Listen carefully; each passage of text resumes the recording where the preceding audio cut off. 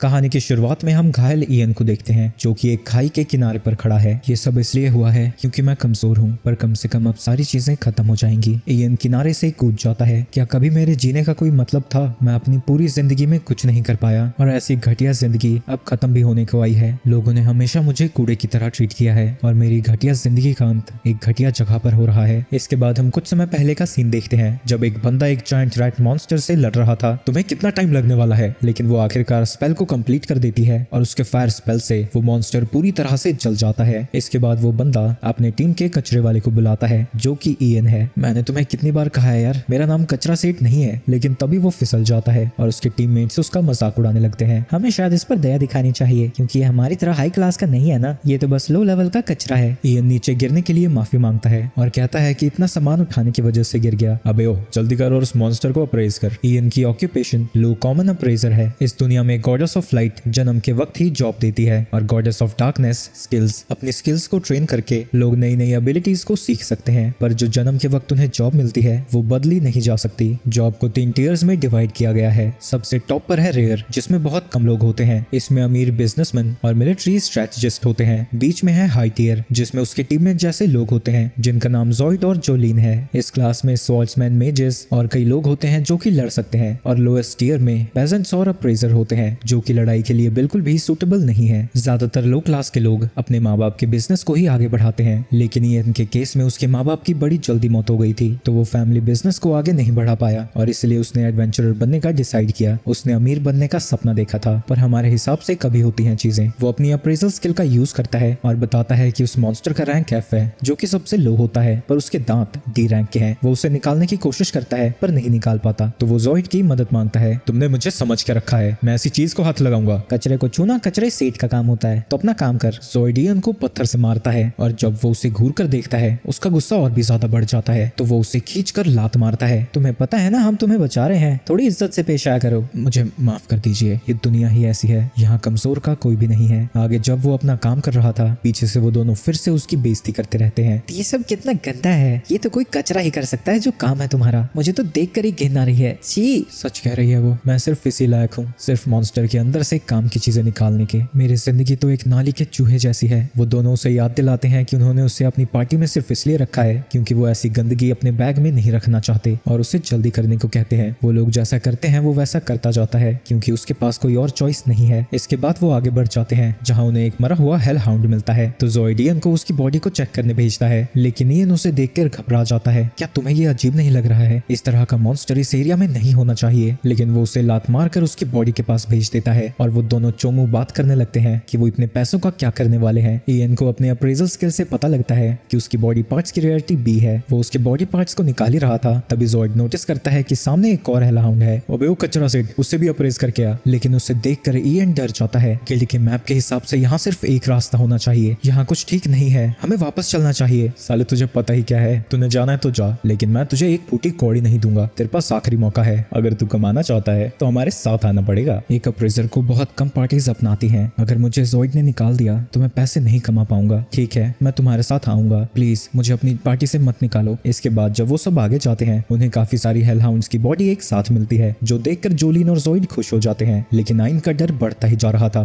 जॉइड, यहाँ कुछ गड़बड़ है, आखिर इतने सारे हेलहाउंड्स को मारा किसने? चुप कर बे कचरा सेठ, सिर्फ हमारे ऑर्डर्स फॉलो करने हैं तूने, और कुछ नहीं। जॉइड, अपने पीछे देखो। और वो पीछे मुड़कर देखता है कि उनके पीछे दर्जनों हेलहाउंड्स आ रखे हैं। आइन को लगता है कि 2 हेलहाउंड्स के पैक्स में लड़ाई हुई है। हम तो इनमें से एक को भी नहीं हरा सकते, हमें यहाँ से चलना चाहिए। लेकिन यहाँ से भागना भी नामुमकिन लग रहा था। तभी जॉइड को एक घटिया सा प्लान आता है। जोलिन, इसके ऊपर पैरालाइज स्पेल कास्ट करो। ये सुन के वो घबरा जाता है, लेकिन जोलिन भी इसके लिए तैयार हो जाती है। माफ करना, पर मैं अभी मरना नहीं चाहती। वो अपने स्पेल को कास्ट करके उसे पैरालाइज कर देती है। पैरालाइज का इफेक्ट जल्द ही खत्म हो जाएगा। अगर तुम लकी रहे तो इन्हें नोच के खाने से पहले तुम बचकर भाग जाओगे। जॉइड आइन को लात मारता है, ये रहा तुम्हारा खाना, और वो उसे पीछे छोड़कर वहाँ से भाग जाते हैं। वो मदद के लिए चिल्लाता है पर उसकी आवाज तक बाहर नहीं आती। सारे हेलहाउंड्स उसके ऊपर कूद जाते हैं और मिलकर उसे खाने लगते हैं, लेकिन दर्द की वजह से पैरालिसिस कैंसिल हो जाता है और वो उन मॉन्स्टर से लड़ने लगता है। उसके बैग में बहुत सारे एप्पल्स थे जो कि वो हेलहाउंड्स खाने लगते हैं। वो इतने दर्द में भी जल्दी से जल्दी वहाँ से जाने लगता है, लेकिन वो सामने जाकर देखता है कि उन दोनों ने रास्ते को भी ब्लॉक कर दिया था। पर लकीली उसे एक और रास्ता मिल जाता है, पर आगे जाने पर वो एक खाई के सामने खत्म हो जाता है। अगर मैं पीछे गया तो वो हेलहाउंड्स मुझे खा जाएंगे और आगे मेरी गिरकर मौत हो जाएगी। होगी। अपने ऑप्शंस के बारे में सोचकर वो खुद पर ही हंसने लगता है। मैं एडवेंचरर अपनी जिंदगी बदलने के लिए बना था, पर हर दिन बस मेरी बेइज्जती हुई। मैं सर झुकाकर सब कुछ सुनता रहा, लेकिन अंत में मुझे उन्होंने भी छोड़ दिया। ये सब कुछ मेरे अप्रेजल स्किल की वजह से हुआ है। जिसके बाद वो खाई में कूद जाता है। आगे ईएन कहीं बेहोश पड़ा था। उसके पास एक लड़की आती है और उसके माथे को चूमती है। कुछ समय बाद जब उसे होश आता है, वो देखता है कि वो जिंदा है और उसकी सारी इंजरीज हील हो चुकी हैं। वो देखता है कि उसके पास में ही एक बड़ा सा पेड़ है और वो चारों तरफ से पानी से घिरा हुआ है। जो पानी वहां से गिरता है वो उसके ऊपर अपनी अप्रेजल स्किल का यूज करता है। अरे बाप रे, ये पानी एस रैंक का है। और पेड़ के अप्रेजल करने पर उसे पता लगता है कि वो कोई नॉर्मल पेड़ नहीं बल्कि वर्ल्ड ट्री है। ये सच में एग्जिस्ट करती है। कहा जाता है कि बहुत सालों पहले दुनिया में सिर्फ एक वर्ल्ड ट्री था जो कि माना को प्रोड्यूस करता था। इसी से लोग माना को अब्सॉर्ब करते थे और अपने मैजिक को कास्ट करते थे। लेकिन कई सालों पहले ये पेड़ सूख कर खत्म हो गया, पर लोगों को समझ नहीं आया कि दुनिया में अभी तक माना है कैसे। रिसर्चर्स को लगा कि और भी वर्ल्ड ट्रीज होंगे, लेकिन सारी दुनिया छानने के बाद उन्हें एक भी ट्री नहीं मिला। मिलता भी कैसे? भला किसी डंजन में कोई इतना नीचे आता भी क्यों? वो अपनी जान बचाने के लिए उस पेड़ का शुक्रिया अदा करता है। तभी उसे एक लड़की की आवाज सुनाई देती है, लेकिन उसे आसपास देखने पर कोई भी दिखाई नहीं देता।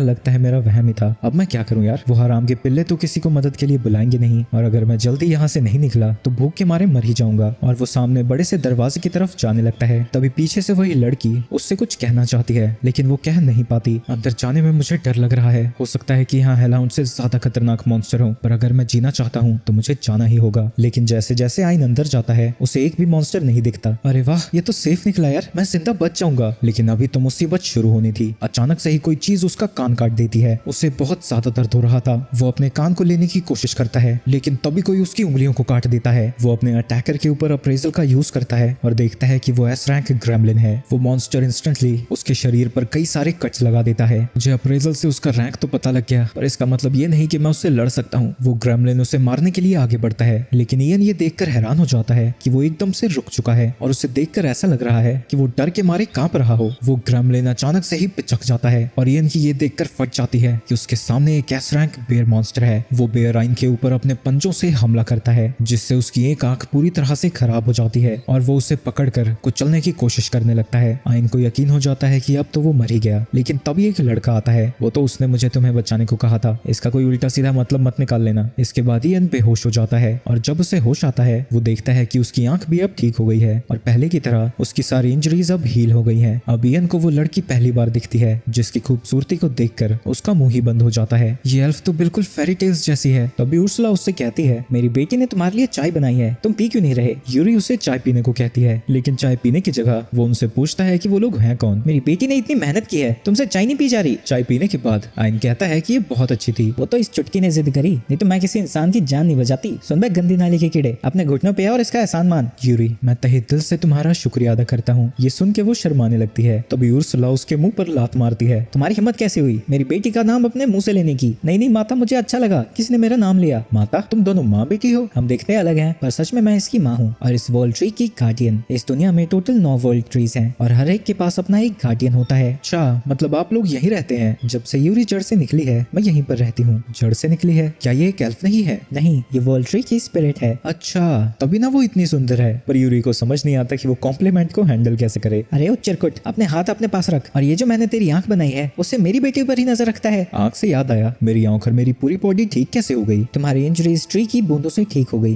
पर वो तुम्हारी आंखों को दोबारा नहीं बना पाई। तो ट्री के एक हिस्से का यूज करके मैंने बड़ी मेहनत से तुम्हारी आंख को बनाया है, और ये सब मैंने तुम्हारे लिए नहीं किया है, समझे? सिर्फ यूरी ने कहा इसलिए मुझे करना पड़ा, क्योंकि तुम बहुत काइंड हो और तुमने मेरा शुक्रिया अदा भी किया है। यहाँ पर पहले भी कई लोग गिर चुके हैं, लेकिन सबके सब चूजे थे। उन्होंने कभी भी वर्ल्ड ट्री यानी यूरी का शुक्रिया अदा नहीं किया, बल्कि अपने फायदे के लिए इसकी टहनियों को तोड़कर ले गए। पर जब तुमने उसका शुक्रिया अदा किया, वो सुनकर वो बहुत खुश हुई। दांत क्या दिखा रहा है बे? तेरी जान बच गई है ना? भाग यहाँ से। पर माता श्री, बाहर तो खतरा है, ये कैसे जा पाएगा? आप कुछ कीजिए ना। मेरी बच्ची, तुझे पता है ना मैं गार्डियन के तौर पर ज्यादा दूर नहीं जा सकती, ऊपर से डंजन में टेलीपोर्टेशन मैजिक भी काम नहीं करेगा। लेकिन ये सुन के यूरी रोने लगती है। यार तेरे मोटे मोटे आंसू मुझे पिघला ही देते हैं। तो ठीक है, मैं इस गेंडू जनरेशन को ट्रेन करूंगी और इतना ताकतवर बनाऊंगी कि ये खुद यहाँ से बाहर जा सके। ये सुन के खुशी के मारे यूरी उसे गले लगा लेती है और ट्रेनिंग के नाम पर उर्सुला आइन को सीधा अपने मौत के मुंह में भेजती है और कहती है कि उसे उस ग्रेमलिन से लड़ना होगा। ग्रेमलिन? यहाँ कुछ तो दिख नहीं रहा। अबे ओ झिंगूर, अपनी लेफ्ट आई का यूज कर, उसे मैंने वर्ल्ड ट्री से बनाया है। तुम्हें तो सच में अपने बारे में कुछ नहीं पता। इसके बाद जब आइन फोकस करता है, उसके सामने का अंधेरा पूरी तरह से दूर हो जाता है। तो अभी से तुम्हारी ट्रेनिंग शुरू होती है। तुम्हारा फर्स्ट टास्क है कि तुम इसके सारे अटैक्स को डॉज करोगे। अरे अम्मा, पर मैं करूंगा कैसे? तुम्हारी लेफ्ट आई वर्ल्ड ट्री से बनी है, इसकी अप्रेजल ह्यूमन आई से अलग है। जब आयन अपने लेफ्ट आई से अप्रेज करता है, उसे पहले ही पता लग जाता है कि वो ग्रेमलिन किस तरफ को मूव करेगा। उसमें साफ साफ लिखा है कि ग्रेमलिन अपने वेपन का यूज करके उसके कान को काट देगा। ये तो बड़ा कमाल का है,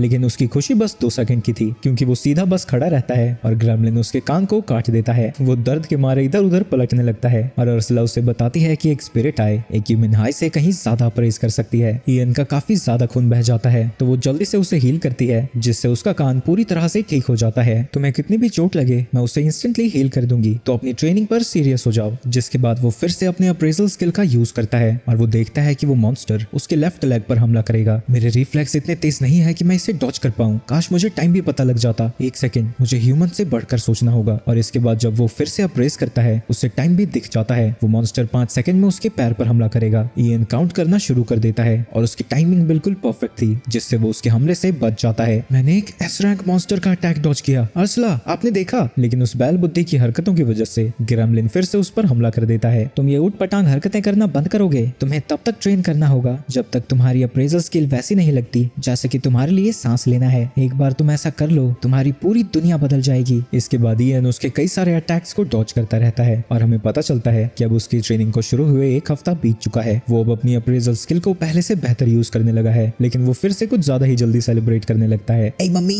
पीठ पे मारता है साला। मैंने सही सुना था, दर्द सबसे बेहतर टीचर होता है। आप थोड़ा जरूरत से ज्यादा नहीं इसे एंजॉय कर रहे हो। वो उसे हील करके बताती है कि अब ट्रेनिंग के नेक्स्ट स्टेप पर जाने का टाइम आ चुका है, जिसमें उसे ग्रेमलिन को हराना होगा। पर मेरे पास तो कॉम्बैट जॉब है ही नहीं। मुझे ये पता है, तुम्हें अपनी स्किल पर नहीं अपनी स्पिरिट टाइप पर रिलाई करना होगा। वो उसे एक वुडन स्वॉर्ड देती है जो कि वर्ल्ड ट्री से बनी थी और कहती है कि उसे यूरी ने कहा था कि वो इसे आइन को दे। अपनी ही टहनी को तोड़ने का दर्द उसने सहा है सिर्फ तुम्हारे लिए, तो ये अगर कभी भी टूटा तो मैं तुम्हें तोड़ दूंगी। इसके बाद वो उससे लड़ने के लिए तैयार हो जाता है। अप्रेजल से उसे पता लग जाता है कि वो कहां पर हमला करेगा, लेकिन जैसे ही वो उस पर अटैक करता है, वो उसे डॉज कर लेता है। इसके बाद वो बार बार उसके हमले को डॉज ही कर रहा था, तो अर्सला उसकी मदद करती है। स्पिरिट आई उसकी मूवमेंट के अलावा और भी चीजों का पता लगा सकती है। अप्रेजल से मुझे ये तो पता लग जाता है कि वो कहां हमला करने वाला है। अब मुझे ये पता लगाना होगा कि वो किस डायरेक्शन से आएगा। जिसके बाद वो अपनी स्पिरिट आई पर सुपर अप्रेज का यूज करता है। ये तो बिल्कुल मूव नहीं कर रहा। 1 सेकंड, लगता है जब मैं ट्रैजेक्टरी को अप्रेज करता हूँ, मैं अपने अपोनेंट की मूवमेंट को स्लो मोशन में देख सकता हूँ। इसकी मदद से वो ग्रेमलिन पर फाइनली हमला कर पाता है। ये क्या हुआ? मैंने इसे एक अटैक से हरा दिया। 1 सेकंड, जब सारी चीजें स्लो मोशन में मूव कर रही थी, मैं नॉर्मल स्पीड में था, यानी नॉर्मल वर्ल्ड में मेरी स्पीड बहुत ज्यादा थी। मैंने पहली बार किसी को हराया है, वो भी एक एस रैंक मॉन्स्टर को। अरे ओ गेंडू जनरेशन, तू बार बार इतनी जल्दी क्यों सेलिब्रेट करने लगता है? ये तो कुछ भी नहीं है। इसके बाद तुम्हें इस एरिया के सारे ग्रेमलिन को हराना होगा। कुछ देर बाद इयन उन सभी ग्रेमलिन्स को हरा देता है। अब हम ट्रेनिंग में आगे बढ़ सकते हैं। तुम अपनी अप्रेजल का यूज करके ग्रेमलिन की एबिलिटी को अपनी एबिलिटी बनाओ। है बढ़िया, क्या बोल रही है तू? ऐसा थोड़ी ना होता है। सुन बे झिंगूर, तुझे अपनी अप्रेजल स्किल से जो नॉलेज मिलती है, स्पिरिट आई का यूज करके उसे तू अपने एक्सपीरियंस में कन्वर्ट कर सकता है। इयन इस चीज को एक लाश के ऊपर ट्राई करता है, लेकिन इसकी वजह से उसे बहुत ज्यादा दर्द होने लगता है। उसे ऐसा लग रहा था कि हजारों इन्फॉर्मेशन एक साथ उसके सर में घुस रही हो। जब सारी इन्फॉर्मेशन खत्म होती है, वो बिल्कुल ग्रेमलिन की तरह ही तेज दौड़ रहा था, लेकिन उसके मसल्स अभी इन सब के लिए तैयार नहीं थे, जिसकी वजह से वो नीचे गिर जाता है। तो अर्सला उसे हील करती है, जिसके बाद वो बार बार दौड़ता रहता है और बार बार अर्सला उसे हील करती रहती है, जिसकी वजह से उसकी बॉडी स्पीड को झेल सके। अर्सला, सच बताऊं, मुझे लगता है कि मैं उस बेर को भी हरा सकता हूँ। अबे ओ झंगूर, ज्यादा उछल मत। पता है ना पिछली बार क्या हुआ था? तुम सच कह रही हो, मैं किसी काम का नहीं हूँ, मुझे तो मर जाना चाहिए था। अरे ओ डिप्रेशन की दुकान, शांत हो, मैं तुझे अपनी स्किल सीखने को दूंगी। क्या सच्ची? आपके पास कौन सी एबिलिटी है? तभी अर्सला अपने मैजिक से उसके मुंह को झुलसा देती है। मेरे पास कैंसल चैंट है, तो मैं बिना मंत्रों को पढ़े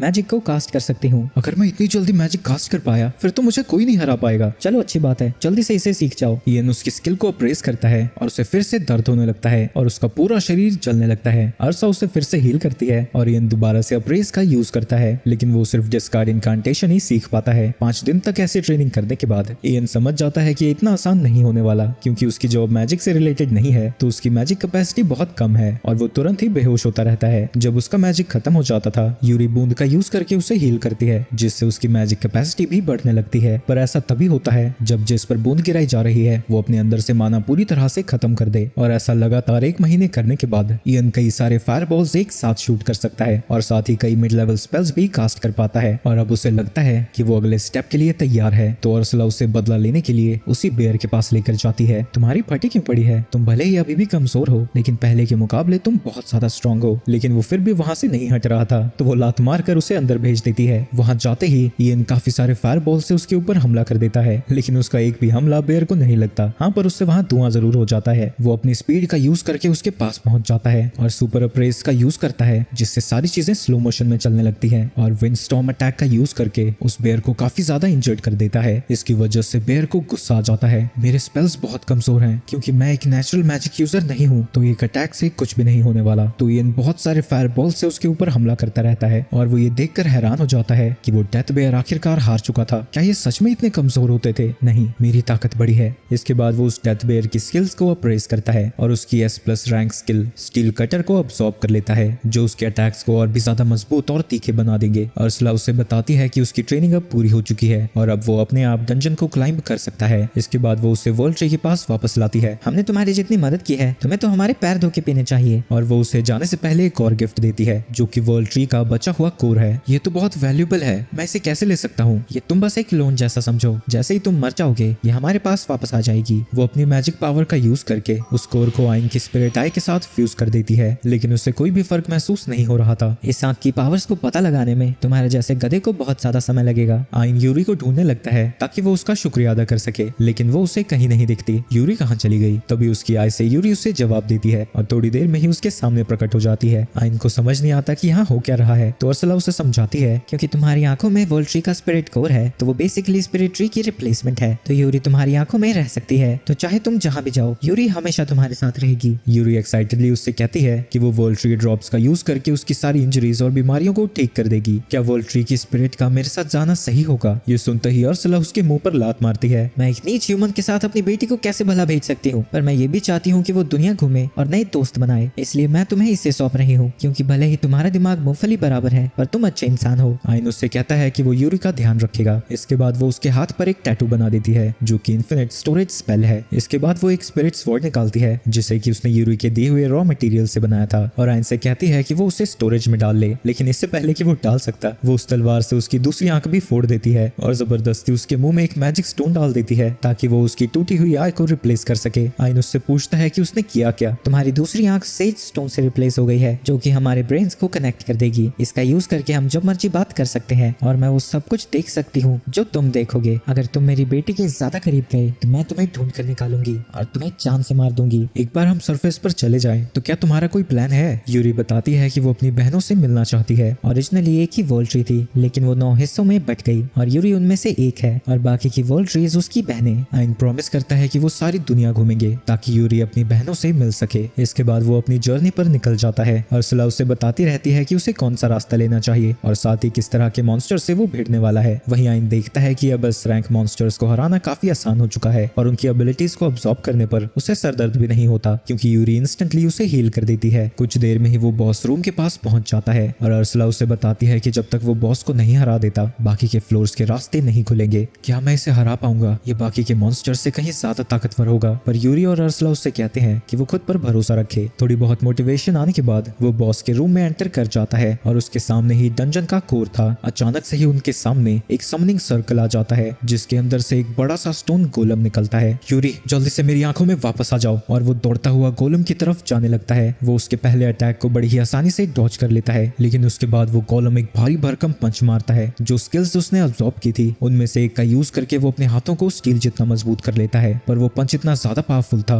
कि उसके पैरों के मसल्स फट जाते हैं। यूरी उसी वक्त उसे हील कर देती है, जिसके बाद वो डिसॉल्विंग पॉइजन स्किल का यूज करता है, जो उसे बड़े से स्नेक को मारने के बाद मिला था। उस स्किल की वजह से गोलम का हाथ ही पिघल जाता है, पर इससे उसका गुस्सा 7वें आसमान पर चला जाता है और वो पागलों की तरह आइन के ऊपर हमला करने लगता है। वो उसके सभी हमलों से बचता हुआ एक बड़े से पत्थर के पीछे छुप जाता है। मैं ऐसे तो उसके पास ही नहीं जा पाऊंगा। तुम अब अल्टीमेट स्पेल का यूज कर सकते हो क्योंकि तुम्हारे पास अब काफी माना है। तो आइन उसके सामने चला जाता है और उसी स्पेल को कास्ट करने लगता है। वो स्पेल इतना ज्यादा पावरफुल था कि उससे वो मॉन्स्टर पूरी तरह से पिघल जाता है। उसे यकीन नहीं होता कि अब वो इतना कुछ कर सकता है। यूरी उसकी बॉडी से बाहर आती है और उसे हील करने लगती है। आइन उसका हाथ पकड़ के उसका शुक्रिया अदा करती है, जिसकी वजह से वो शर्मा जाती है, जो कि अर्सला को बिल्कुल पसंद नहीं आता। और वो उससे कहती है कि वो गोलम को अप्रेस करे। उस गोलम की बॉडी को अप्रेस करने पर उससे कई सारे हाई लेवल ऑफेंसिव और डिफेंसिव मैजिक मिलते हैं। तुम डंजन कोर को भी अप्रेस कर सकते हो। क्या ऐसा करना सेफ होगा? तभी वो कोर के सामने टेलीपोर्ट हो जाती है और उसके लिए उस कोर को अप्रेस करती है। उसे पता लगता है कि वो वर्ल्ड ट्री के स्पिरिट कोर जैसा ही है और उसका यूज करके आइन की प्रोस्थेटिक आई को और ज्यादा ताकतवर बना देती है। तुम और भी डंजन बॉसेस को हरा सकते हो और कोर का यूज करके अपने स्पिरिट आई की पावर्स भी बढ़ा सकते हो, जिससे तुम्हारी ताकत भी और ज्यादा बढ़ जाएगी। इसके बाद वो तीनों बॉस रूम से बाहर आ जाते हैं क्योंकि डंजन कोर गायब हो चुका है। अब ये पूरी तरह से सील है, यानी वॉल ट्री तक जाने का रास्ता अब बंद हो गया है और जिस खाई से तुम गिरे थे वो भी अब बंद हो गया होगा, यानी अब कोई भी वॉल ट्री तक नहीं जा सकता और मुझे वहाँ रहकर उसे प्रोटेक्ट करने की कोई जरूरत नहीं है, यानी मैं तुम दोनों के साथ आ सकती हूँ। कुछ देर में ही वो सरफेस पर पहुंच जाते हैं। वहीं दूसरी तरफ किसी बार में ज़ॉइड कहानी सुनाने लगता है। डंजन में हम बहुत सारे हेलहाउंड से घिर गए थे, हमें लगा था कि हम नहीं बचेंगे, पर आइन ने खुद को सैक्रिफाइस कर दिया ताकि हमें वो बचा सके, पर मैं उसे बचाने के लिए कुछ नहीं कर पाया। उसकी नौटंकी चल ही रही थी, तभी उसके सामने आइन आ जाता है। तुम जिंदा कैसे हो? मैंने बस सारे मॉन्स्टर्स को हरा दिया। लेकिन ज़ॉइड को उसकी बातों पर यकीन नहीं होता। बाकी के एडवेंचरर्स उससे कहते हैं कि उसे तो खुश होना चाहिए कि वो जिंदा है। ये छुछुंदर झूठ बोल रहा था। ज़ॉइड और जोलीन ने मुझे पैरालाइज कर दिया था और जानबूझकर चारे की तरह वहां छोड़कर भाग निकले। ये सुन के सारे एडवेंचरर्स भड़क जाते हैं और जो चीज उनके हाथ में लगती है वो उसके ऊपर फेंकने लगते हैं, लेकिन आइन उन सभी को रोकता है। चाहे कुछ भी हो, ज़ॉइड ही वो अकेला एडवेंचरर है जिसने मुझे अपनी पार्टी को ज्वाइन करने दिया। सभी चीजों के लिए तुम्हारा शुक्रिया। जिसके बाद वो वहां से चला जाता है। ये सब देखकर सभी लोग हैरान हो जाते हैं क्योंकि उसकी पर्सनैलिटी पहले से बिल्कुल उल्टी है। इसके बाद वो तीनों अलग अलग डंजन्स को एक्सप्लोर करने लगते हैं और बॉस मॉन्स्टर्स को हराकर डंजन के कोर को अब्सॉर्ब भी करते हैं। वो हर डंजन के अंदर वॉल ट्री की खोज करते हैं, लेकिन ऐसे ही कई महीने करने के बाद उन्हें कुछ भी नहीं मिलता। वो ऐसे ही एक डंजन से बाहर आ रहे थे, तभी उन्हें कुछ चीखें सुनाई देती है और वहां पहुंचने पर उन्हें पता लगता है कि कुछ मॉन्स्टर्स एक कैरेज पर अटैक कर रहे हैं। आइन बड़ी ही जल्दी सभी मॉन्स्टर्स को मार गिराता है, जिसके बाद वो उनकी एबिलिटीज को भी अब्सॉर्ब कर लेता है। वहीं यूरी और अर्सला इंजर्ड सोल्जर्स को हील करती हैं। आइन वहां एक लड़की को देखने जाता है जो कि आइन को देखते ही उस पर लट्टू हो जाती है और उसे गले लगाकर उसे हीरो कहने लगती है। आइन को समझ नहीं आता कि यहाँ सब चल क्या रहा है, जिसके बाद उसे पता लगता है कि उस लड़की का नाम क्लॉडिया है और वो किंगडम की 3rd प्रिंसेस है और जो बंदा उसके साथ है उसका नाम जैस्पर है जो कि मर्चेंट गिल्ड का लीडर भी है। उनका शुक्रिया अदा करने के लिए प्रिंसेस उन तीनों को अपने पैलेस पर बुलाती है और शुक्रिया अदा करने के बाद वो फिर से आइन पर झपट्टा मारने वाली थी, लेकिन इस बार यूरी बीच में आ जाती है और चिल्ला के बताती है कि वो आइन की बीवी है। ये क्या हो रहा है? लेकिन अभी बड़ा शौक लगना बाकी था क्योंकि क्लॉडिया कहती है कि वो उसकी दूसरी बीवी बनकर भी खुश है। वो दोनों लड़कियां आइन को लेकर लड़ी रही थी, तभी जैस्पर आइन के पास आता है। तुम्हें मुझसे शादी कर लेनी चाहिए। ये सुन के वो बेचारा और भी ज्यादा घबरा जाता है। मुझे लड़की क्यों पसंद कर रहे हैं? इसकी एक वजह है। इसके बाद वो उन सभी को अपनी ट्रेजरी की तरफ लेकर जाता है। मुझे वैल्यूएबल जेमस्टोन्स को कलेक्ट करना पसंद है और तुम्हारी लेफ्ट आई एक स्पिरिट कोर है जो कि सारे जेमस्टोन्स में सबसे ज्यादा वैल्यूएबल होती है। इसको ये सब कैसे पता लग गया? तुमने उस कहानी के बारे में सुना है? ओरिजिनल वर्ल्ड ट्री ने अपनी सारी पावर डीमन लॉर्ड को सील करने में लगा दी थी, जिसके बाद वो दुनिया से गायब हो गई। मैं उसकी स्पिरिट कोर को ढूंढने के लिए सालों से खोज कर रहा था और अब क्योंकि वो मुझे मिल चुका है, मैं हमेशा के लिए उसे अपने पास रखना चाहता हूँ। आइन उसे मना करना चाहता है क्योंकि उसे तलवारबाजी का कोई शौक नहीं है, पर अर्सला उससे कहती है कि वो अमीर भी है और उसके पास वर्ल्ड ट्री की इन्फॉर्मेशन भी है। तो आइन कहता है कि वो उसके पास आ सकता है, पर शुरू में वो दोनों बस दोस्त रहेंगे। मुझे इसमें कोई दिक्कत नहीं है। मुझे यकीन है कि एक दिन तुम्हें मुझसे प्यार हो ही जाएगा। आगे वो सभी एक हिडन डंजन के पास पहुंचते हैं जिसके बारे में उन्हें जैस्पर ने बताया था। यूरी थोड़ा परेशान दिख रही थी, पर आइन उससे कहता है कि चाहे कुछ भी हो जाए वो उसे उसकी छोटी बहनों से मिलाकर रहेगा। इसके बाद आइन डंजन के अंदर चला जाता है, लेकिन सामने रास्ता बंद था। पर उसकी आंख से अर्सला बताती है कि सामने रास्ता बंद नहीं है क्योंकि उस दीवार पे टेलीपोर्टेशन स्पेल है। जैसे ही आइन उस दीवार को छूता है वो अंदर टेलीपोर्ट हो जाता है और ये किसी नॉर्मल डंजन जैसा बिल्कुल भी नहीं लग रहा था। तभी उन्हें यूरी की सिस्टर पीना की आवाज आती है। उसकी आवाज सुनकर यूरी बाहर आ जाती है और आइन को बताती है कि पीना उसकी छोटी शरारती बहन है। पीना उसे बताती है कि वो उसे डंजन के एंड में मिलेगी और उसे चैलेंज करती है कि सारी चीजें क्लियर करके वो उस तक पहुंच कर दिखाए। आइन उससे कहता है कि उसकी बहन इतनी दूर से उससे मिलने आई है तो वो उन्हें सीधा अपने पास टेलीपोर्ट क्यों नहीं कर देती, पर पीना कहती है कि वो ऐसा नहीं कर सकती, तो उन्हें उसके पास चलकर ही आना होगा। जिसके बाद पीना बताती है कि इस डंजन को उसने बनाया है और यहाँ पर चारों तरफ खतरनाक ट्रैप्स और ताकतवर मॉन्स्टर्स भरे हुए हैं, तो उनका रास्ता आसान नहीं होने वाला। यूरी कहती है कि वो उस तक पहुंच कर रहेगी, पर पीना को लगता है कि सारी मेहनत तो उसका बॉयफ्रेंड करने वाला है, जो सुन के यूरी शर्मा जाती है। आइन यूरी से कहता है कि वो उसकी आंख के अंदर छुप जाए क्योंकि उन्हें नहीं पता कि यहाँ कैसा खतरा हो सकता है, पर पीना कहती है कि वो बस कूल बनने की एक्टिंग कर रहा है और वो चाहकर भी इसे क्लियर नहीं कर पाएगा क्योंकि सारे हिडन डंजन्स में से उसका डंजन सबसे ज्यादा खतरनाक है। पर फिर भी आइन आगे बढ़ता जाता है।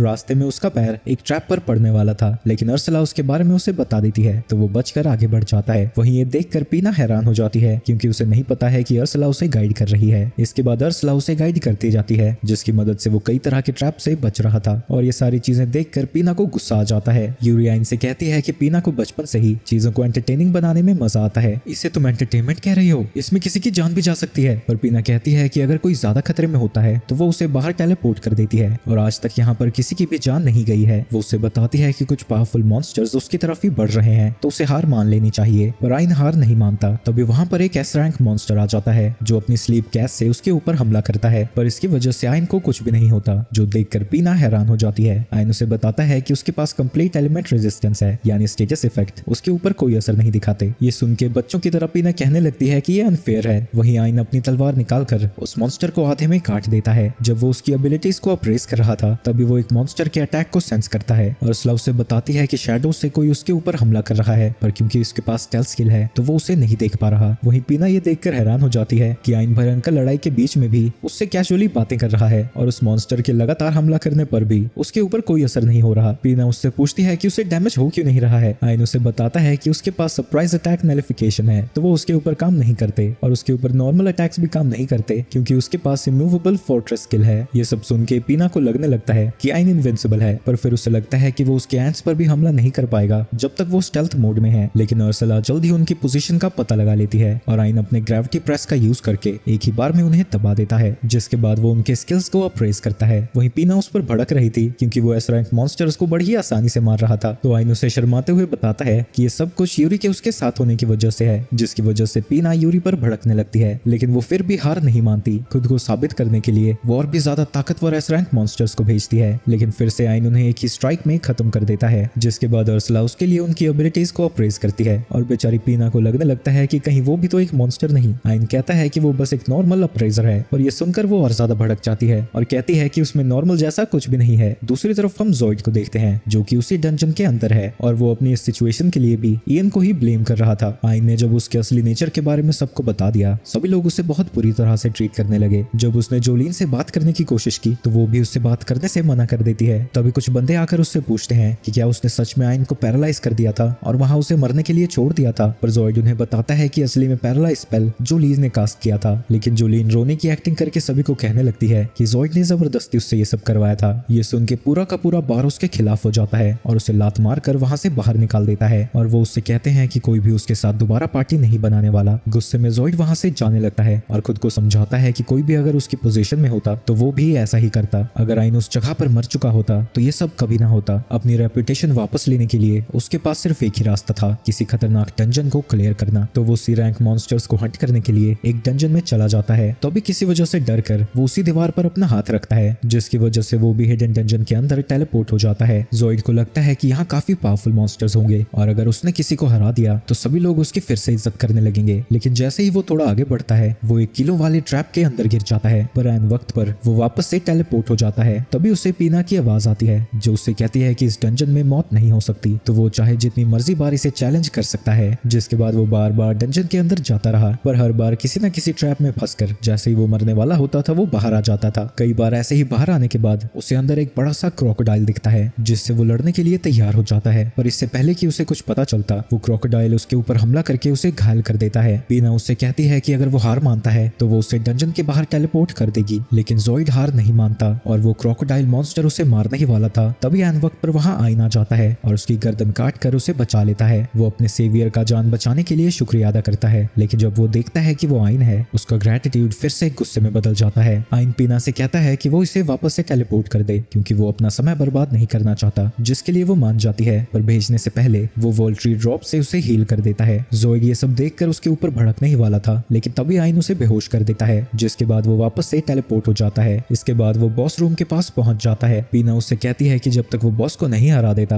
वो उस तक नहीं पहुंच पाएगा। आइन उससे पूछता है कि अगर उसने बॉस को हरा दिया तो डंजन तो क्लोज हो जाएगा, पर पीना उससे कहती है कि जब तक डंजन कोर सही सलामत है डंजन क्लोज नहीं होगा। जब वो बॉस रूम के अंदर जाता है वो एरिया बिल्कुल ही बाहर जैसा था, तभी जमीन हिलने लगती है और वो अपनी स्किल का यूज करके आसमान में आ जाता है। पीना उसे बताती है कि जिस जमीन पर वो खड़ा था वही बॉस है और थोड़ी देर में ही जमीन के अंदर से एक बड़ा सा टर्टल बाहर आता है। उसके भयंकर से साइज को देखकर आइन भी डर जाता है, पर वो तुरंत ही फायर बॉल से उसके ऊपर हमला करता है, लेकिन उसके अटैक से बॉस का कुछ भी नहीं बिगड़ता। उर्सुला उस एरिया में माना को सेंस करती है, पर आइन से कहती है कि वो फाइट पर फोकस करे। जिसके बाद वो मॉन्स्टर आइन के ऊपर वाटर बॉल से हमला कर देता है, तो आइन अपनी पैरी स्किल का यूज करके उसके अटैक को उसी की तरफ वापस भेज देता है, लेकिन इससे भी मॉन्स्टर को कुछ नहीं होता। उसे समझ नहीं आता कि भला वो उसे हराएगा कैसे। तभी वो नोटिस करता है कि उसके सारे अटैक्स टर्टल को लग ही नहीं रहे थे, बल्कि उसके आसपास के एरिया पर जा रहे थे। तभी उसके दिमाग की बत्ती जलती है और वो टर्टल के पास जाकर खड़ा हो जाता है। उर्सुला उससे जल्दी से वहां से हटने को कहती है पर वो नहीं हिलता, जिसके बाद वो टर्टल अपने पैरों के नीचे उसे दबा देता है, पर इससे आइन को कुछ भी नहीं होता। जिसके बाद वो डिस्पेल का यूज करके उस इल्यूजन मैजिक को हटा देता है और हम देखते हैं कि असली बॉस एक छोटा सा प्यारा सा टर्टल है। आइन उस टर्टल को उठाता है। अर्सला उसे बताती है कि जरूर ये कोई डिवाइन स्पिरिट है, तभी वो इतने बड़े स्केल पर इल्यूजन को कास्ट कर पा रहा है। जिसके बाद आइन उसे अप्रेज करता है और उसे पता चलता है कि ये जनबू का एक बच्चा है जो कि 4 डिवाइन बीस्ट ऑफ क्रिएशंस में से एक है। ये सुन के अर्सला हैरान हो जाती है और आइन पीना से पूछता है कि क्या उसे सच में इसे हराना होगा। पीना कहती है कि जब तक वो बॉस को नहीं हराएगा वो डंजन को क्लियर नहीं करने वाला। पर मैंने तो इसके इल्यूजन को हटा दिया है ना, मैं इस प्यारे से क्रीचर को कैसे मारूं यार। पीना टस से मस नहीं हो रही थी, पर आइन उसे दिखाता है कि वो टर्टल कितना ज्यादा प्यारा है, तो पीना को भी मानना ही पड़ता है। इसके बाद वो सभी उस चेंबर में जाते हैं जहाँ वर्ल्ड ट्री है और पीना उनका इंतजार कर रही थी। और अंदर जाने के बाद दोनों बहनें गले मिलती हैं। जिसके बाद वो आइन से कहती है कि यही वो इंसान है ना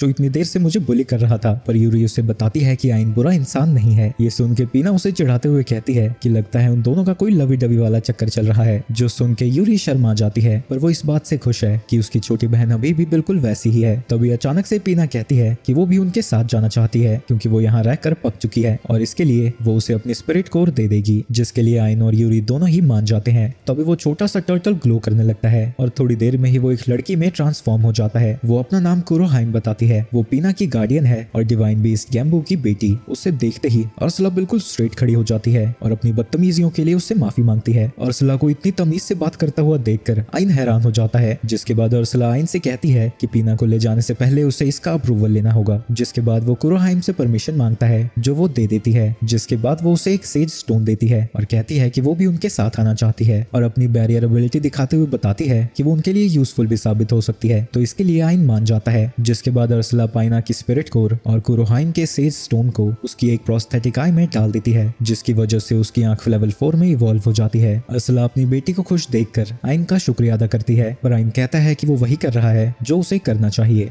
बाहर ज़ॉइड को होश आता है और उसे यकीन नहीं होता कि वही इंसान जो उसके लिए कचरा उठाया करता था वो इतना ज्यादा ताकतवर हो गया है। आगे आइन एडवेंचरर गिल्ड में जाता है पर वो वहाँ बहुत ज्यादा नर्वस था। जैस्पर उससे कहता है कि वो फिक्र ना करे क्योंकि वो उसके साथ है, कोई भी उसे फ्रॉड नहीं समझेगा क्योंकि सभी को पता है कि वो एक अमीर मर्चेंट है। आइन उसे बताता है कि वो इस लड़की के साथ आया है जो कि डंजन की लूट बेचने आया है। तो रिसेप्शनिस्ट उसका कार्ड देखती है जहाँ उसे पता लगता है कि वो एफ रैंक का एडवेंचरर है और उसकी स्किल अप्रेजल है। उसे लगता है कि ये कोई फ्रॉड है और जैस्पर से पूछती है कि क्या उसे यकीन है कि ये उसे ठगने की कोशिश नहीं कर रहा। ये सुन के बाकी लोग भी हंसने लगते हैं। तो आइन अपने स्टोरेज से जिन मॉन्स्टर्स को उसने हराया था उनके टुकड़े निकालता है। ये सब देखकर सभी लोग हैरान हो जाते हैं, लेकिन अभी भी एडवेंचरर्स को लग रहा था कि ये सब कुछ आइन कहीं से चोरी कर लाया है या फिर ये सब कुछ नकली है। ये सब सुन के आइन को बहुत बुरा लगता है और इसलिए उसे गिल्ड में आना पसंद नहीं है क्योंकि लो लेवल के एडवेंचरर्स को यहाँ बहुत बुरी तरह से ट्रीट किया जाता है। तभी वहाँ पर उस गिल्ड की मास्टर आ जाती है जिसका नाम मीगन है। मीगन उसके पास जाती है और उससे कहती है कि उसकी आंखें बहुत तेज हैं, कहीं से मेरी आंखों के बारे में पता तो नहीं चल गया। तभी रिसेप्शनिस्ट एक टूल का यूज करके बताती है कि वो मॉन्स्टर्स के टुकड़े सारे असली हैं, जो सुन के सभी लोग हैरान हो जाते हैं। क्या अब तुम सबको यकीन हो गया है कि आइन एक पावरफुल वॉरियर है और कोई फ्रॉड नहीं, और इस चीज की मैं गारंटी लेता हूँ। जिसके बाद अपने बिहेवियर के लिए रिसेप्शनिस्ट माफी मांगती है। मीगन कहती है कि लोगों की ताकत उनके जन्म से ही डिसाइड हो जाता है, पर उसे वो लोग पसंद है जो उस बैरियर को तोड़कर आगे बढ़ जाते हैं। और अब आइन को लगता है कि उसने यहाँ आकर अच्छा ही किया क्योंकि वो मीगन से मिल पाया। मीगन उससे कहती है कि उसे ताकतवर लोग बहुत पसंद है और उससे उम्मीद है कि वो दोनों मिलते रहेंगे। जिसके बाद वो वहां से चली जाती है। रिसेप्शनिस्ट आइन से कहती है कि वो थोड़ी देर इंतजार करे जब तक वो उसकी पेमेंट ले आएगी। आइन, अब तुम वो लूट भी दे दो जो तुम हिडन डंजन से लेकर आए थे। सभी लोग हैरान हो जाते हैं कि आइन एक हिडन डंजन भी क्लियर कर चुका है। जिसके बाद वो सभी लोग उसकी तरफ बढ़ने लगते हैं और हिडन डंजन के बारे में पूछ रहे थे। इतनी सारी अटेंशन की वजह से आइन डर के मारे वहां से भाग जाता है। इसके बाद वो रात को गर्म पानी में आराम कर रहा था, लेकिन तभी बात करते हुए उसके बगल में यूरी आ जाती है और जब उसे पता चलता है कि क्या हो रहा है वो बेचारा डर के साइड हो जाता है। यूरी कहती है कि वो तो हमेशा साथ में रहते हैं तो यहाँ रहने में क्या दिक्कत है। तभी पीना भी बाहर आ जाती है और उससे पूछती है कि वो क्यों दूर भाग गया, क्या उसके दिमाग में अश्लील ख्याल आ रहे थे, और वो उसे बार बार चिढ़ाने लगती है। लेकिन आइन अपनी मासूमियत साबित करने के लिए यूरी की आंखों में देखता ही जाता है, पर गलती से उसकी नजर कहीं और चली जाती है जिसकी वजह से वो दोनों ही शर्मा जाते हैं और बेचारे का दिमाग काम करना ही बंद हो जाता है। तभी वहाँ पर उर्सला आ जाती है और अपनी बेटी को गंदी नजरों से देखने के लिए उसे मारने वाली थी। किसी तरह आइन इन सारी खाई बसड़ से बाहर आता है जहाँ कुरोहाइम पहले से ही बैठी हुई थी। वो आइन का शुक्रिया अदा करती है क्योंकि उसी की वजह से सभी लोग इतने खुश दिख रहे हैं और खासकर पीना जो कितने समय बाद इतनी खिलखिला रही है। कुरोहाइम उसे बताती है कि उसी ने पीना का कोर बनाया था, यानी वो उसकी पेरेंट है। यानी पीना जैसे 6 और स्पिरिट कोर्स हैं और उसके 6 गार्डियन, पर वो उसे बताती है कि उसकी 6 नहीं 7 और बहनें हैं। ये सुन के वो हैरान हो जाता है क्योंकि एक वॉल ट्री तो तबाह हो गई थी, पर वो उसे बताती है कि वॉल ट्री तबाह हुई थी इसका मतलब ये नहीं कि उसका स्पिरिट कोर भी खत्म हो गया हो। जरूर इनकी सबसे बड़ी बहन भी अपने गार्डियन के साथ कहीं जिंदा है। अगले दिन आइन जैस्पर से मिलने जाता है जहाँ वो पहले से ही मीगन के साथ बैठा हुआ था जो कि आइन से ही कुछ रिक्वेस्ट करने आई थी। वो उसे बताती है कि बेहीमत एक लेजेंडरी ड्रैगन है जिसे डीमन लॉर्ड मिट्रन ने समन किया था। डीमन लॉर्ड के सील होने के बाद वो किसी जगह पर जाकर छुप गया, लेकिन वो फिर से वापस आ गया है और किसी वजह से सिर्फ मर्चेंट्स पर ही हमला कर रहा है। इसीलिए वो इस एसएस रैंक क्वेस्ट को आइन को देना चाहती है, पर इसमें उसकी जान भी जा सकती है। तो अगर वो मना करना चाहता है तो कर सकता है, लेकिन तभी आइन कहता है कि वो इस मिशन को एक्सेप्ट करता है। इसके बाद वो उसी डेजर्ट में चला जाता है जहाँ बेहीमत आखिरी बार देखा गया था। अर्सला अपनी अप्रेजल से उसकी लोकेशन का पता लगाती है, पर वो आइन को वार्न करती है कि वो ड्रैगन मैजिकल अटैक्स को अब्सॉर्ब कर सकता है और वो एयर से इतने ताकतवर हमले कर सकता है जिससे स्पेस भी कट जाता है। आइन समझ जाता है कि उसे मैजिक नहीं बल्कि अपनी तलवार से लड़ना होगा, पर वो ड्रैगन अभी सो रहा था तो वो एक पावरफुल फायर मैजिक का यूज करके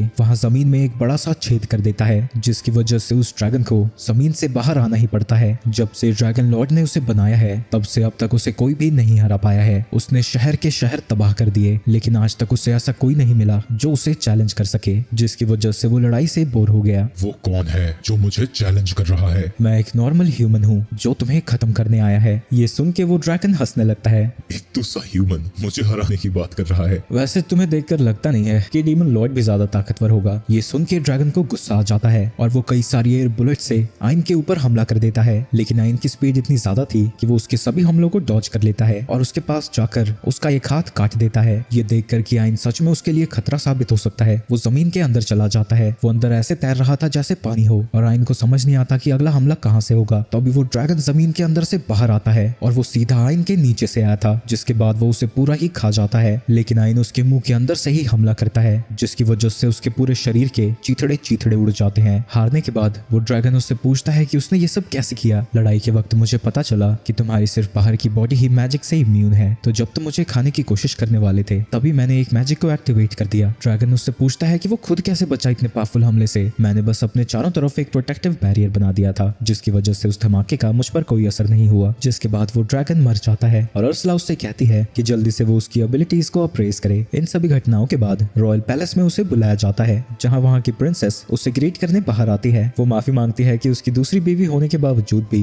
वो उससे ज्यादा नहीं मिल पाती। हमारी शादी नहीं हुई है, लेकिन वो उसकी बातों पर ध्यान ही नहीं देती और कहती है कि उसके फादर उससे मिलना चाहते हैं। उसके फादर को देखकर आइन डर जाता है, लेकिन तभी वो देखता है कि वो बड़े प्यार से बात कर रहे थे। मीगन ने मुझे बताया है कि तुमने बेहीमत को हराया है, इसके लिए मैं किंग के तौर पर तुम्हें रिवॉर्ड देना चाहता हूँ। मुझे किसी रिवॉर्ड की जरूरत नहीं है। अरे सिर्फ बेहीमत के लिए नहीं, प्रिंसेस ने मुझे बताया कि तुमने एक बार उसकी जान भी बचाई है और उसके फादर के तौर पर मुझे तुम्हारा शुक्रिया अदा तो करना ही चाहिए। अगर आपको शुक्रिया अदा करना ही है तो यूरिका कीजिए, क्योंकि उसी की वजह से मैं इतना ताकतवर बना हूँ। जिसके बाद किंग उसका भी शुक्रिया अदा करता है, जिसकी वजह से शर्म के मारे वो आइन के पीछे छुप जाती है। इसके बाद जाने से पहले वो आइन को एक रॉयल क्रेस्ट वाला वॉच देता है, जिसकी मदद से वो पूरे किंगडम में बिना रोक टोक के कहीं भी जा सकता है। आइन जानता है कि यूरी की बहनों को ढूंढने में ये उसके बहुत काम आने वाली है, इसलिए वो उसे एक्सेप्ट कर लेता है। पूरे किंगडम को पता चल जाता है कि बेहीमत को आइन ने हराया है, जिसकी वजह से उसकी पॉपुलैरिटी और भी ज्यादा बढ़ जाती है। वहीं दूसरी तरफ ज़ॉइड की रेपुटेशन नेगेटिव डिजिट्स में जा चुकी थी और अब उसे भी वही ट्रीटमेंट मिल रहा है जो वो आइन को दिया करता था, लेकिन इससे ज्यादा उसे इस बात की तकलीफ थी कि उसे हर जगह आइन की तारीफ ही सुनाई देती है, जबकि कुछ समय पहले ही वो उससे ज्यादा ताकतवर था। सब कुछ ठीक रहता अगर वो कमजोरी रहता या कभी पैदा ही ना हुआ होता। उसकी ऐसी सोच को सुनकर एक औरत उसके सामने आती है। वो खुद को एक ट्री स्पिरिट अकिना के नाम से इंट्रोड्यूस करती है। अगले दिन आइन काफी देर तक नहीं उठता, जिसकी वजह से यूरी को उसकी फिक्र हो रही थी, पर पीना बताती है कि अर्सला ने कहा है कि वो बस थकावट की वजह से सो रहा है। लेकिन फिर भी यूरी की टेंशन खत्म नहीं होती, तो पीना कहती है कि यूरी को आइन के लिए कुछ डिलीशियस सा बनाना चाहिए, पर इसके लिए उन्हें बाहर से शॉपिंग करनी होगी। यूरी कहती है कि आइन के बिना क्या उनका बाहर जाना सेफ होगा? तुम फिक्र क्यों कर रही हो, हम भला खतरे में क्यों पड़ेंगे। वहीं दूसरी तरफ आइन एक अंधेरी सी जगह पर फ्लोट कर रहा था, तभी उसे अपने पुराने दिनों की याद आने लगती है और वो देखता है कि इतनी बुरी तरह से ट्रीट होने के बावजूद भी वो हमेशा ज़ॉइड से हंसकर बात करता था। यहाँ तक कि जब ज़ॉइड उसे पैसे भी कम देता था तब भी वो हंसता हुआ उसका शुक्रिया अदा करता है। तुम्हें तो खुश होना चाहिए कि तुम्हें इतने भी पैसे मिल रहे हैं, तुम जैसा अप्रेजर तो एक कॉइन भी लेने के लायक नहीं है। ये सारी चीजों को देख देखकर आइन को गुस्सा आने लगता है और वो देखता है कि अगर यूरी ने उसकी मदद ना की होती तो उसकी दुनिया ऐसी होती।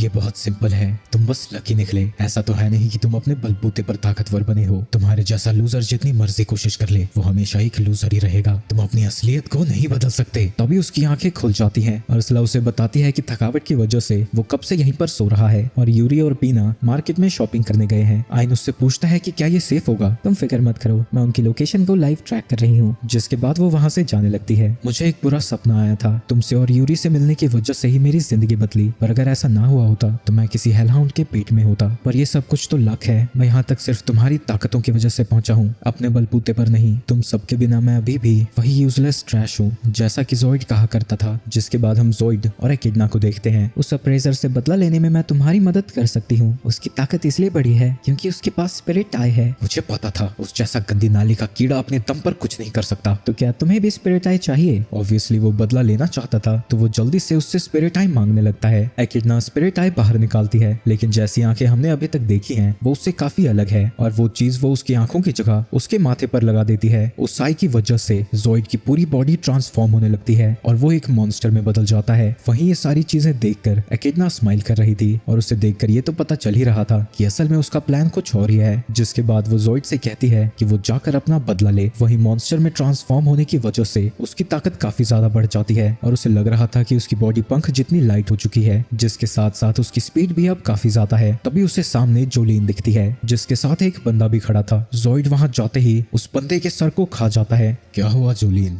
अब तुम्हें बचाने के लिए यहाँ कोई नहीं है। उसकी आवाज सुनकर जोलीन पहचान जाती है कि वो ज़ोइड है। वो उससे कहती है कि ये आदमी उसका बॉयफ्रेंड नहीं था, वो तो इसके साथ इसलिए बाहर आई थी क्योंकि उसने उसे जान से मारने की धमकी दी थी और अपनी सारी हरकतों के लिए वो उससे माफी भी मांगती है और कहती है कि वो गिल्डी को बता देगी कि पैरालाइज यूज करने का आइडिया उसी का था। डर के मारे उसकी फटी पड़ी थी, लेकिन ज़ोइड उसकी एक भी नहीं सुनता और उसका सर भी खा जाता है। दूसरी तरफ हम यूरी और पीना को देखते हैं और यूरी याद करती है कि वो हमेशा किसी की प्रोटेक्शन के अंदर नहीं रहना चाहती। वो ये सब सोच ही रही थी तभी वो देखती है कि लोग मॉन्स्टर मॉन्स्टर चिल्लाकर भाग रहे हैं और इस भगदड़ में एक बच्चा घायल भी हो जाता है। तो यूरी उसके पास जाकर वॉल ट्री ड्रॉप से उसे हील कर देती है, लेकिन अभी भी वहाँ काफी लोग घायल पड़े थे तो वो वहाँ से जाने से पहले उन सभी को हील करना चाहती है। दूसरी तरफ एकिडना ज़ोइड से कहती है कि अब उसे इन छोटे मोटे कीड़ों को छोड़कर स्पिरिट्स को ढूंढना चाहिए। एक बार वो स्पिरिट्स को मार देगा तो अप्रेजर के पास कोई भी ताकत नहीं बचेगी और फिर वो उससे अपना बदला ले पाएगा। यूरी सभी इंजर्ड लोगों को हील कर देती है, लेकिन तभी वहाँ ज़ोइड आ जाता है और उसके ऊपर हमला कर देता है। पर ऐन वक्त पर पीना बैरियर मैजिक का यूज करके उसे बचा लेती है। ज़ोइड उस बैरियर को तोड़ने की कोशिश करता है लेकिन वो नहीं तोड़ पाता और वो दोनों वहाँ से भाग जाती है। एकिडना ज़ोइड को बताती है कि उसके पास एंटी स्पिरिट्स पावर्स हैं जिसका यूज करके वो इस बैरियर को तोड़ सकता है। जिसके बाद ज़ोइड बिल्कुल ऐसा ही करता है और एक छलांग के अंदर ही सीधा उनके सामने पहुंच जाता है। पीना फिर से बैरियर का यूज करती है, लेकिन अब ज़ोइड को उस मैजिक को यूज करना आ चुका था और वो उसके सामने नहीं टिक पाती। पीना को यकीन नहीं होता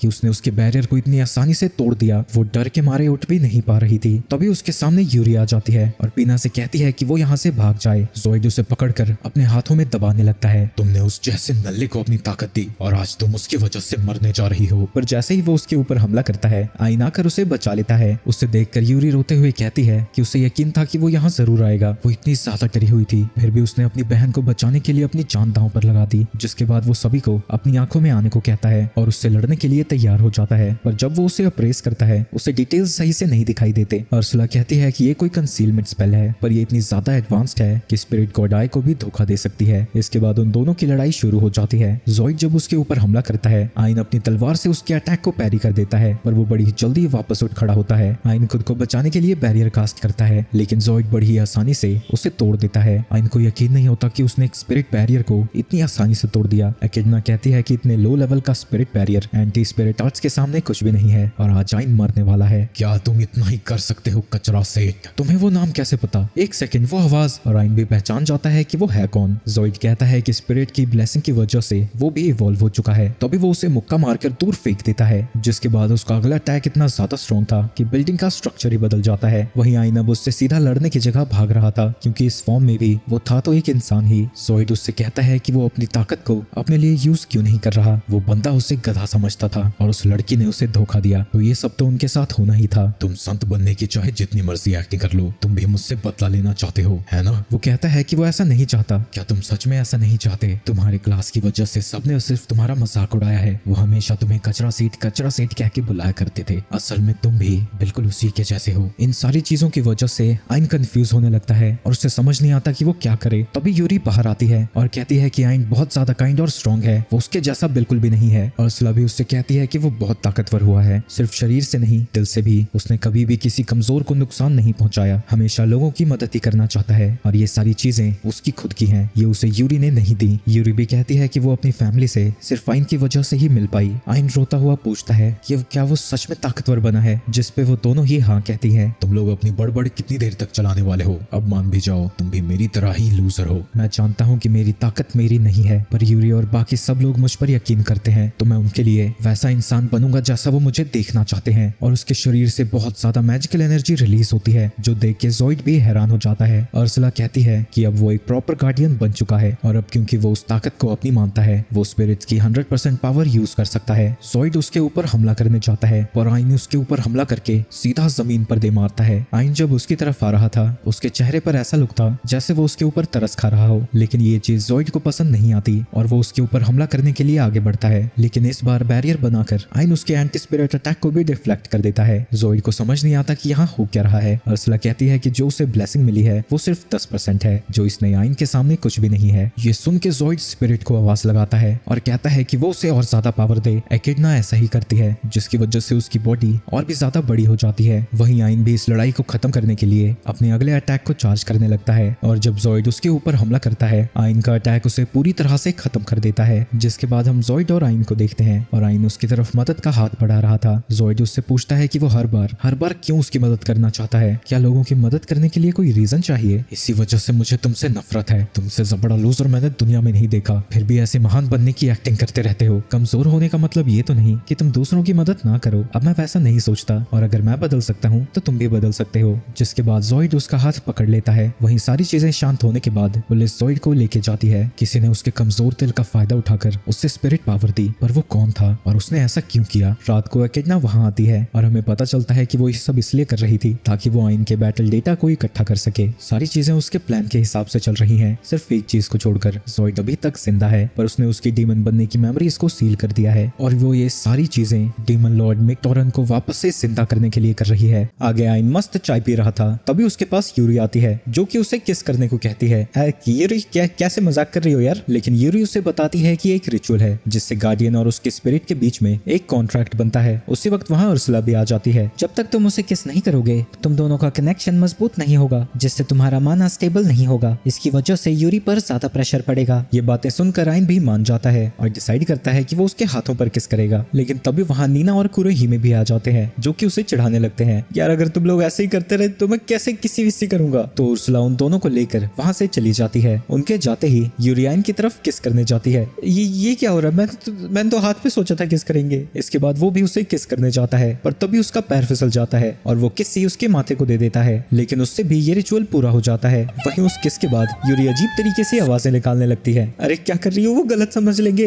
दूसरी तरफ हम एकिडना को देखते हैं जो कि फैल्को से मिलने गई है। मैं तुम्हारे पास डीमन किंग का ऑर्डर लेके आई हूँ और तुम्हें इस लड़के को मारना है। चाहे ये डीमन किंग का ही ऑर्डर हो, पर इस मच्छर को मारने में खुद क्यों जाऊं? इसे कम मत समझो, इसने एंशिएंट ड्रैगन को बड़ी ही आसानी से हरा दिया था। एंशिएंट ड्रैगन वो क्या चीज है? वो नॉर्मल मॉन्स्टर से बस थोड़ा सा ही तो ज्यादा स्ट्रॉन्ग होता है। हम डीमंस के मुकाबले वो तो कुछ भी नहीं है। पर एकिडना जब उससे थोड़ी प्यार से रिक्वेस्ट करती है, वो आखिरकार मान जाता है। इसके बाद वो एक पोर्टल को ओपन करता है और उसके थ्रू ह्यूमन की दुनिया में पहुंच जाता है। वो पूरी स्पीड में आइन की तरफ जाने लगता है। मैं अपनी स्पेशल एबिलिटी की वजह से बहुत तेज मूव कर सकता हूँ, मुझे किसी की आंखें भी फॉलो नहीं कर सकती। वो आइन तक पहुंच जाता है। मेरा नाम बैरन फैल्को है, 5th रैंकिंग डीमन। मैं यहाँ तुम्हें मारने आया हूँ। अच्छा वो सब ठीक है, तुम धीरे बात करोगे थोड़ा, सब सो रहे हैं। ये सुन के फैल्को को गुस्सा आ जाता है और वो उसे मारने के लिए आइन की तरफ बढ़ता है, लेकिन आइन उसे एक चांटा मारकर वहां से दूर भगा देता है और बेचारे के मुंह से तो खून तक बाहर आ रहा था। आइन भी फैल्को तक पहुंच जाता है और उसके ऊपर हमला करके उसे हरा देता है। अगले दिन आइन और यूरी कासल में जाते हैं जहाँ क्लोडिया उसे देखकर बड़ी खुश होती है। आइन उसे बताता है कि वो कुछ पता करने के लिए फॉरबिडन लाइब्रेरी में जाना चाहता है। वो उसे दरवाजे तक ले जाती है, लेकिन इससे आगे जाने की उसके पास परमिशन नहीं थी। मेरे पास किंग की तो परमिशन है पर लाइब्रेरियन की नहीं। तुम अंदर जाने की कोशिश करो, तब तुम्हें पता लग जाएगा कि तुम्हारे पास परमिशन है या फिर नहीं। आइन जब दरवाजा खोलकर अंदर जाता है, यूरी एक इनविजिबल बैरियर से टकरा जाती है और अर्सला भी बाहर आ जाती है। क्या तुम दोनों टेलीपोर्ट नहीं हो सकते? अर्सला बताती है कि वो कोशिश तो कर रही है पर ये एक बहुत ही ज्यादा पावरफुल बैरियर है। तो आइन डिसाइड करता है कि वो इससे आगे अकेला ही जाएगा। आगे जाने पर वो लाइब्रेरी तक पहुंच जाता है जिसका साइज बहुत ही ज्यादा बड़ा था। तभी वो किसी को गिरता हुआ देखता है जिसे वो कैच कर लेता है और इस तरह उसे एक और पोकेमॉन एक और लड़की मिल जाती है। वो लड़की अपना नाम एलिस बताती है और कहती है कि वो यहाँ की लाइब्रेरियन है। आइन उससे बताता है कि वो हिडन डंजन की इन्फॉर्मेशन ढूंढने आया है। एलिस उससे इसकी वजह पूछती है। मैं अपनी दोस्त को उसके परिवार से मिलवाना चाहता हूँ। उसकी ये बात सुनकर एलिस उसे एक बुक देती है जिसके अंदर उसे हिडन डंजन की इन्फॉर्मेशन मिलेगी। Thanks Alice. यूरी कैसी है? तुम यूरी के बारे में कैसे जानती हो? तुम्हारी आंख में यूरी का स्पिरिट कोर है। मैं ये इसलिए देख सकती हूँ क्योंकि मैं भी वोल्ट्री की स्पिरिट हूँ। आगे हम आइन को देखते हैं जो कि उस बुक के इन्फॉर्मेशन के हिसाब से हिडन डंजन की लोकेशन पर जाता है, पर वहाँ कुछ भी नहीं था। लगता है मुझे एलिस से बात करनी होगी। मैं तुम्हें उससे नहीं मिलवा पाया, पर मैं जरूर तुम्हें मिलवाऊंगा। वहीं एलिस अपने मैजिक से उन तीनों को ही देख रही थी। तभी वहाँ आकाहाने आती है जो कि एलिस की गार्डियन स्लैश मदर है। तुमने आइन को गलत किताब क्यों दी? क्या तुम यूरी से नहीं मिलना चाहती? मुझे बाहर जाने में डर लगता है। मैं किसी से भी फाइट नहीं कर सकती। मैं बस अपनी स्किल से लोगों पर नजर रख सकती हूँ। वैसे भी मैं इंसानों से नफरत करती हूँ। उन्होंने हमारी बड़ी बहन एकिडना को मार दिया था। मैं उनके बीच नहीं जाना चाहती। आइन बाकी इंसानों जैसा नहीं है। क्या तुम्हें अभी भी उस पर यकीन नहीं? वहीं आइन को जब पता लगा था कि वो एक वोल्ट्री की स्पिरिट है, उसी वक्त उसके सामने आकाने भी आ जाती है जो उसे अपना इंट्रोडक्शन देती है। आइन एलिस से पूछता है कि क्या वो यूरी और पीना से मिलना चाहेगी, पर आकाने बताती है कि ऐसा नहीं हो सकता क्योंकि ये लाइब्रेरी कासल के अंदर नहीं है बल्कि एक हिडन डंजन के अंदर है जो एनीवेयर डोर के जरिए कासल से जुड़ी हुई है। अरे डोरेमोन का जलवा इधर भी है। इसके थ्रू सिर्फ वही लोग जा सकते हैं जिनके पास किंग और एलिस की परमिशन हो, पर अगर यूरी या एलिस में से कोई भी इसके आर पार हुआ तो बैरियर टूट जाएगा। आकाने उससे कहती है कि अगर वो उन दोनों को मिलवाना चाहता है तो उसे उस हिडन डंजन में जाना होगा जिसके अंदर ये लाइब्रेरी है। बताओ एलिस, तुम मुझसे मिलना चाहोगी? लेकिन एलिस कोई भी जवाब नहीं देती। मैं भी कैसे फालतू के सवाल कर रहा हूँ। ऑब्वियसली तुम मुझसे मिलना चाहती हो, पर तुम्हें डर लग रहा है एक ऐसी जगह जाने में जहाँ तुम पहले कभी नहीं गई। मैं भी बिल्कुल तुम्हारे जैसा था, पर मेरे दोस्तों की मदद की वजह से मैं काफी आगे बढ़ पाया, और अगर तुम भी आगे बढ़ना चाहती हो तो मैं तुम्हारा साथ दूंगा। किसी अनजान पर इतनी जल्दी भरोसा करना मुश्किल है, मैं समझ सकता हूँ, पर मैं जल्दी हिडन डंजन तक जरूर पहुंचूंगा और हम दोबारा मिलेंगे। आगे आइन वहाँ पर वापस आता है जिसे देखकर एलिस उससे कहती है कि वो उस पर भरोसा करती है और उसके साथ बाहर की दुनिया में जाना चाहती है। इसके बाद आकाने एलिस का स्पिरिट कोर उसे दे देती है और आइन उसे उठाकर वहाँ से ले जाने लगता है, पर क्योंकि आकाने टेलीपोर्टेशन मैजिक का यूज नहीं कर सकती, वो अपनी एक क्लोन को उनके साथ भेज देती है। इसके बाद वो तीनों डंजन से बाहर निकलने लगते हैं जहाँ इनके सामने जितने भी मॉन्स्टर्स आ रहे थे वो उन्हें बड़ी ही आसानी से हराता जाता है। लेकिन जो उस डंजन का बॉस था वो थोड़ा ज्यादा स्ट्रॉन्ग था, लेकिन उसे भी हराने में आइन को ज्यादा टाइम नहीं लगता। इसके बाद वो सभी बड़े से दरवाजे के पास खड़े थे जहाँ एलिस थोड़ी दुखी दिख रही थी। ये दुखी इसलिए है क्योंकि अब तुम उसे दोबारा पीठ पर नहीं उठाओगे। जब तुम कहोगी तब मैं तुम्हें उठाऊंगा। ये सुन के एलिस खुश हो जाती है। जिसका थोपड़ा हमेशा सड़ा हुआ रहता था, देखो प्यार में कितनी खिल रही है। लेकिन एलिस को ये चीज पसंद नहीं आती और वो उसे उड़ाने लगती है। इसके बाद वो वहाँ से बाहर निकलकर अपनी दोनों बहनों से मिलती है और आकाने उन दोनों गार्डियन से। वहीं अर्सला इससे भी मिलकर नर्वस होकर स्क्वायर में बदल जाती है। यूरियान को हक करती है और अपनी बहन से मिलवाने के लिए उसका शुक्रिया अदा करती है। पीना देखती है कि एलिस उन्हें देखकर जेलस फील कर रही थी तो वो भी जाकर आइन को हक करती है। ये अचानक से ही तुम मुझे क्यों गले लगा रही हो? नहीं अचानक नहीं है, मैं तो सच में तुम्हें बहुत प्यार करती हूँ। इन सब की वजह से एलिस और भी ज्यादा जेलस फील कर रही थी और वो भी जाकर उसे हक कर लेती है। और भी सिंगल छोकरों हो रही है जलन। पीना एलिस को चिढ़ाने लगती है लेकिन आइन उसे रुकने को कहता है। कहीं तुम एलिस को पसंद तो नहीं करते? ये सुन के सभी लोग शॉक हो जाते हैं। क्या तुम सच में इसे पसंद करते हो? मैंने ऐसा कब कहा? बेचारी की सिचुएशन ऐसी थी कि वो कुछ भी नहीं कह पा रहा था। जिसके बाद वो सब लोग सोना में जाते हैं, लेकिन वो सारी लड़कियां वहाँ भी उसका पीछा नहीं छोड़ती। वो सुसु का बहाना बनाकर वहाँ से जाने लगता है, लेकिन वो लड़कियां उसे घसीट कर पीछे ले आती है। अर्सला उन्हें समझाती है कि ऐसे जबरदस्ती वो उससे जवाब नहीं निकलवा सकते, तो सारी लड़कियां उससे सवाल करना छोड़ देती है। लेकिन अब उसकी मुसीबत बढ़ चुकी थी। उसके आसपास की सारी लड़कियां थोड़ी ज्यादा ही सेक्सी थी। वो बड़ी ही मुश्किल से अपनी नजरें खुद तक रख पा रहा था। ऊपर से पीना उसकी गोदी में ही बैठी है और वो उसे परेशान करती ही जाती है। इससे पहले कि उसका ब्लड फ्लो कहीं और जाए, वो उठकर वहाँ से जाने लगता है, लेकिन तभी एलिस उसके ऊपर गिर जाती है। गर्मी की वजह से उसकी हालत खराब होने लगी थी। आइन उससे यहाँ से जाने को कहता है, लेकिन एलिस कहती है कि वो हमेशा उसके साथ रहना चाहती है। ये सुन के उन दोनों बहनों को लगता है कि वो उनके साथ एडवेंचर्स पर जाना चाहती है, लेकिन आकाने और अर्सला समझ चुके थे कि वो क्या कह रही है। आगे आकाने अपना सेज स्टोन आइन को देती है जिसकी मदद से वो उसकी पावर्स का यूज कर पाएगा। इसके बाद अर्सला एलिस का स्पिरिट स्टोन और आकाने की सेज स्टोन उसकी आंखों में डाल देती है, जिससे उसकी पावर्स और भी ज्यादा बढ़ जाती है। तभी एलिस आइन की तरफ जाने लगती है, पर उसका पैर फिसल जाता है और आइन उन सारी लड़कियों के सामने आपत्तिजनक अवस्था में आ जाता है। वहीं उसके छोटे आइन को देखकर यूरी बेहोश हो जाती है, तो शायद वो छोटा नहीं बड़ा आइन था। इसके बाद जैस्पर और मीगन आइन से मिलने आते हैं, जो कि उससे कुछ ज्यादा ही प्यार कर रहे थे। अरे भाई क्या करने आए हो वो तो बताओ। ये रिक्वेस्ट किंग ने की है और वो चाहते हैं कि इस क्वेस्ट को तुम पूरा करो। क्या तुम डीमन रेस के बारे में जानते हो? कई सेंचुरीज पहले हीरो ने डीमंस को ह्यूमंस की दुनिया से भगा दिया था, लेकिन फिर भी उस इलाके में डीमंस को देखा गया है। क्योंकि कोई आम एडवेंचरर ऐसा नहीं कर पाएगा, इसलिए हम चाहते हैं कि इसे तुम पूरा करो। आइन इस क्वेस्ट को एक्सेप्ट कर लेता है, पर तभी अर्सला बाहर आती है। हमारे पास अपना भी मिशन है, तुम अनजान लोगों की मदद क्यों कर रहे हो? जब मैं तुम्हारे और यूरी के पास आया था तब मैं भी तो तुम्हारे लिए अनजान था। मैं भी वही करना चाहता हूँ जो तुम लोगों ने मेरे लिए किया है। ये सुन के सारी लड़कियां उसकी सपोर्ट में खड़ी हो जाती हैं, तो अर्सला को भी मानना ही पड़ता है। इसके बाद हम उसी इलाके को देखते हैं जहाँ सभी लोग कहीं जा रहे थे। उनके बीचों बीच एक छोटी बच्ची है। पापा, मुझे भूख लगी है। बस थोड़ा आगे चलना है, फिर तुम्हें बहुत सारा खाना मिलेगा। क्या वो जगह उसी स्वर्ग जैसी है जहाँ मॉम गई है? हाँ बेटा, वही जगह है। वहीं बाकी के लोग भी काफी दुखी लग रहे थे। वो थोड़ा और आगे चलने के बाद अपने सर को जमीन पर रख देते हैं। बेटा, हमारे सामने सर्पेंट गॉड हाइड्रा आने वाले हैं, अपना सर झुकाओ। उनके सामने हाइड्रा आ जाता है। तभी एक आदमी खड़ा होता है। बलि का समय आ चुका है बेटा, लॉर्ड हाइड्रा की तरफ जाओ। ये सुनकर वो बच्ची खुश हो जाती है। माफ करना बेटा, मैं तुम्हारे साथ स्वर्ग में नहीं जा पाऊंगा। मॉम जब स्वर्ग गई थी तो आप हर दिन बहुत रोया करते थे। प्रॉमिस कीजिए आप मेरे जाने के बाद नहीं रोएंगे, क्योंकि अगर आप रोए तो मैं आपके आंसू पोंछने के लिए वहाँ नहीं होंगी। क्या ये सच जानती है? वो बच्ची हाइड्रा के पास पहुंच जाती है, लेकिन तभी वो अपनी बेटी को पकड़ लेता है। मेरी बच्ची को छोड़ दो, इसके बदले तुम मेरी जान ले लो। हमारे बीच एग्रीमेंट था, हर महीने तुम मुझे एक लड़की लाकर दोगे और बदले में मैं तुम्हारे गांव को प्रोटेक्ट करूंगा, लेकिन आज तुमने एग्रीमेंट को तोड़ दिया है। इसके बाद हाइड्रा उनके ऊपर पॉइजन से अटैक कर देता है, जिससे उस बच्ची को छोड़कर बाकी सभी की सांसें रुकने लगती हैं। आगे वो उस बच्ची को खाने जाता है, लेकिन तभी वहाँ आइन आ जाता है और अपने बैरियर से उसे रोक देता है। इसके बाद यूरी उन सभी को हील करने लगती है। हाइड्रा सबको ठीक होता हुआ देखकर हैरान हो जाता है। आइन अपनी तलवार से हाइड्रा के ऊपर हमला कर देता है, जिससे उसके टुकड़े टुकड़े हो जाते हैं और हाइड्रा टपक जाता है। ऐसे मॉन्स्टर को इतनी आसानी से हराता हुआ देखकर सभी लोग हक्के बक्के रह जाते हैं। क्या ये वही लेजेंडरी हीरो है जिसने एंशिएंट ड्रैगन को मारा था? हमारी जान बचाने के लिए तुम्हारा शुक्रिया। मैं यहाँ के लॉर्ड से मिलना चाहता हूँ। लेकिन ये बात सुनकर वहाँ खड़े सभी लोग अपने सर को झुका लेते हैं। अगर तुम यहाँ पर नहीं आते तो हम मारे जाते, पर शायद तुम्हारा यहाँ ना आना ही बेहतर होता। ये सुन के आइन हैरान हो जाता है, जिसके बाद वो सभी लोग वहाँ से चले जाते हैं। लेकिन तभी वो बच्ची आइन के पास वापस आती है और उसका शुक्रिया अदा करके वहाँ से चली जाती है। आगे आइन वहाँ के लॉर्ड से मिलने जाता है, जिसका नाम निगा है। एक सेकंड, निगन है। आइन निगो से उस एरिया के डीमंस के बारे में पूछता है। डीमंस? कैसी बातें कर रहे हो तुम? मेरे एरिया में कोई भी डीमन नहीं है। जाओ और गिल्ड को रिपोर्ट कर दो, ये एरिया पूरी तरह से सेफ है। अच्छा,